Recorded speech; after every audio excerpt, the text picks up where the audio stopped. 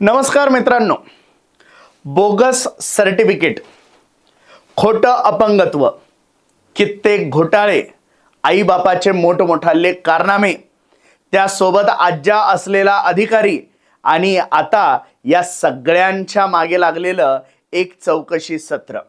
ही गोष्ट कोणाची आहे हे तर तुम्हाला समजलं असेलच।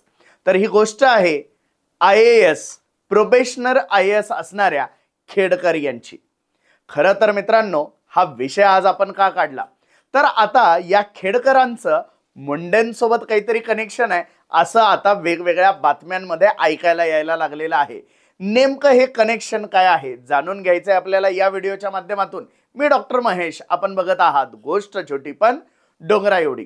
तर मित्रांनो, खोटं सर्टिफिकेट जातीचं जोडलं, त्याच्यानंतर नॉन क्रिमिलियर सुद्धा खोटं काढलं, अपंगत्वाचं सर्टिफिकेट सुद्धा खोटं, कित्येक आजार बोगस दाखवून त्याचे सर्टिफिकेट मिळवले आणि अशातूनच UPSC सारखी भारतातली सगळ्यात अवघड परीक्षा, परंतु या सगळ्या खोट्या कुबड्यांच्या बळावरती ही परीक्षा सुद्धा ही मुलगी पास झाली।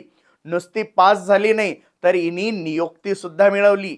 नियुक्ती मिळाल्यानंतर पुणे कलेक्टर ऑफिस मध्ये या व्यक्तीला जॉइनिंग देण्यात आली, परंतु इथे यांनी यांचे रंग दाखवले आणि वैतागलेल्या कलेक्टरनी अख्खा बुरखाच फाडला। एकूणच काय तर खेडकर आणि तिच्या पूर्ण कुटुंबाची इज्जतच चव्हाट्यावरती आली। नुसती इज्जत नाही तर सगळे कारनामे देखील चव्हाट्यावर आले।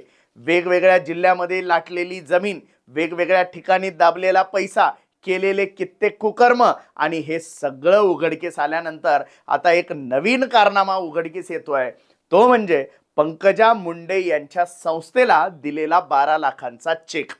आता हे कितपत खरं आहे कितपत खोटं आहे हे वेळ आल्यावरती आपल्याला कळेलच। अधिकृतरित्या पंकजा मुंडे याबद्दल त्यांच्या प्रतिक्रिया देतीलच।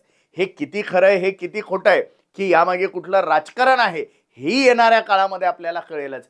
परंतु सध्या तरी पंकजा मुंडे आणि खेडकर यांचं कनेक्शन माध्यमांच्या नजरेतून सुटलेलं नाहीये आणि त्यामुळेच यांचं काही कनेक्शन आहे का, या दोघांमध्ये काय कनेक्शन आहे, मग यांचा राजकीय वरदहस्त हे मुंडे आहेत का, वगैरे वगैरे आता चर्चांना उधाण आलेलं आहे।